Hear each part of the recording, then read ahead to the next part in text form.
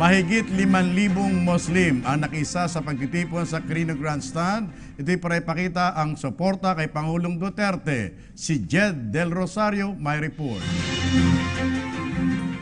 Tinataya ang nasa mahigit 5,000 kapatid nating Muslim mula sa Manila Golden Mosque ang inaasahang makikibahagi sa pagtitipon sa Quirino Grandstand para ipakita ang kanilang suporta sa Pangulong Rodrigo Duterte. Ayon sa administrator ng Manila Golden Mosque na si Haji Bebot Mali, buo ang suporta ng kanilang komunidad sa Pangulo sa kabila ng akusasyon ni Senador Antonio Trillanes IV at SPO3 Arthur Las Cañas na si Pangulong Duterte umano ang nasa likod ng pambobomba ng isang masjid sa Davao City noong alkalde pa ito.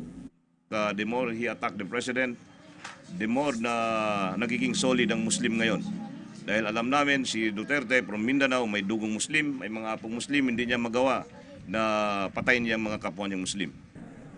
Mapila si Mali kay Trillanes na tigilan ang paninira sa Pangulo at makiisa na lamang sa mga adhikain sa kasulukuyang pamahalaan.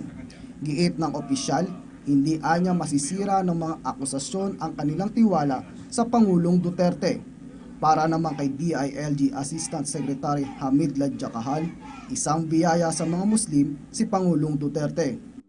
The opposition or to those who are criticizing badly the president, that the Muslims believe that President Duterte is a God-sent solution to the problems of the country.